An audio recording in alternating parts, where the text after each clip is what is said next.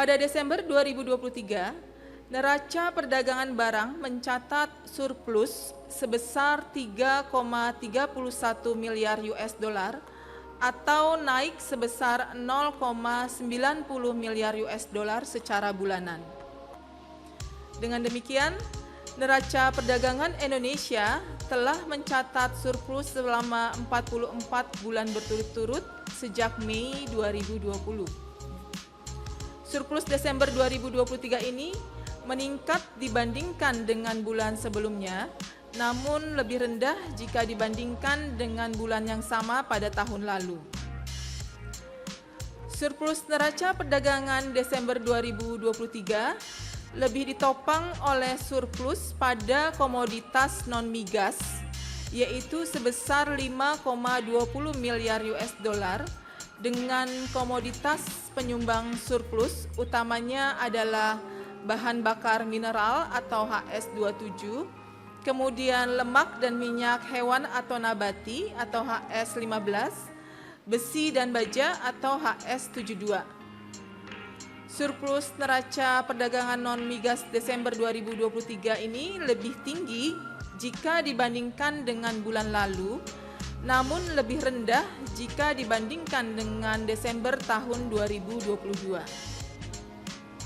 Pada saat yang sama, neraca perdagangan komoditas migas tercatat defisit 1,89 miliar US dollar, dengan komoditas penyumbang defisit adalah hasil minyak dan juga minyak mentah. Defisit neraca perdagangan migas Desember 2023 ini lebih rendah dari bulan sebelumnya, namun lebih tinggi dibandingkan dengan bulan yang sama pada tahun lalu. Nah, secara kumulatif hingga Desember 2023, total surplus neraca perdagangan Indonesia mencapai 36,93 miliar US dollar atau lebih rendah sekitar 17,52 miliar US dollar atau 33,46% jika dibandingkan dengan periode yang sama tahun sebelumnya. Selanjutnya adalah neraca perdagangan Indonesia menurut negara mitra dagang. Pada Desember 2023, Indonesia mengalami surplus perdagangan barang dengan beberapa negara, dan 3 terbesar diantaranya adalah India, yaitu sebesar 1,43 miliar US dollar, Amerika Serikat 1,32 miliar US dollar, dan Filipina yaitu 0,72 miliar US dollar. Surplus terbesar ini dialami dengan India.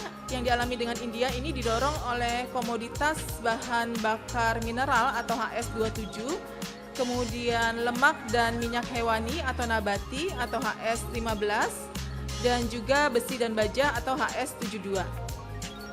Sementara itu, Indonesia juga mengalami defisit perdagangan dengan beberapa negara, dan 3 terdalam diantaranya adalah Australia yaitu 0,57 miliar US dollar, kemudian Brazil yaitu 0,50 miliar US dollar, dan Thailand 0,41 miliar US dollar. Defisit terdalam yang dialami dengan Australia ini didorong oleh komoditas bahan bakar mineral atau HS27, kemudian biji logam, terak dan abu atau HS26, dan logam mulia dan perhiasan atau permata atau HS71.